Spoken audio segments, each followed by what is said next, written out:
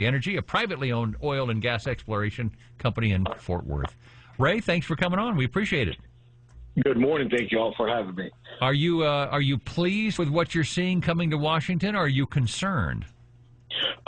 We are pleased, definitely, with what we see coming to Washington in January. But of course, that is still 3 months away, so we need to, stay on our toes and keep moving forward. What will be the first thing you see happening? I mean, we heard all kinds of folks. I think Ted Cruz even came out and said, we're going to drill, baby, drill. We're going to frack, baby, frack. I mean, how soon can we see these changes, and how will that affect prices eventually? A good question there. Really, we're already starting to see some changes, and we're slowly seeing some before the election.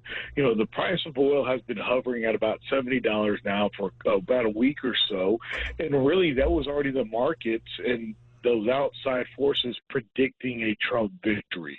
So we've already seen the price, kind of go down just a little bit, in the sense of, hey, we're very hopeful that this administration, or the future administration of the Trump team, will be able to open up some of the leases in the Gulf of Mexico for the offshore drilling, and we'll be able to increase our production in the next, 3 to 6 months in a way that we can actually then hopefully be able to start to actually fill back up the reserve and get some real energy security by having more production.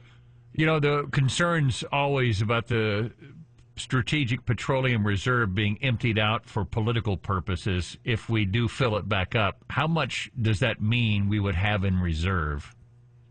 That's a good question, Ernie. We could definitely use more. I know this administration has tried to put about 4 million barrels back in, but we need way more than that.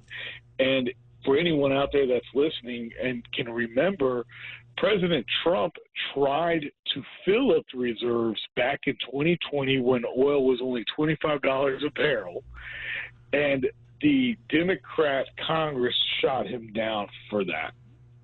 So now we have to do it at $70 a barrel. We'll see. I doubt it, but we'll see.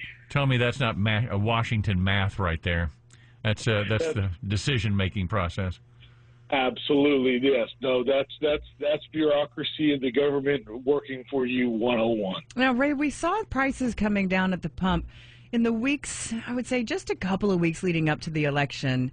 And I guess a lot of folks were wondering, how did that happen? Was that just for votes? I mean, honestly, how does that happen?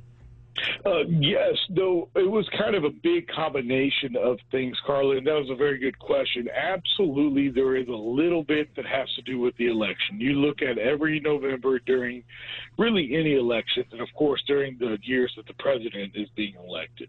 However, also there was a culmination of the fact that we had just gotten through 2 horrific hurricanes. We had just turned back online all those refineries, but also, more importantly, we had just turned back on the remaining refineries that were switching into the winter blends. So we were able to have a large amount of gasoline on stock, ready to rock and roll. All right, this is Rey Trevino, Pecos Country Energy. Ray, always a pleasure, man. Thanks for coming on. Thank you all. Have a great one. You too. Thank you.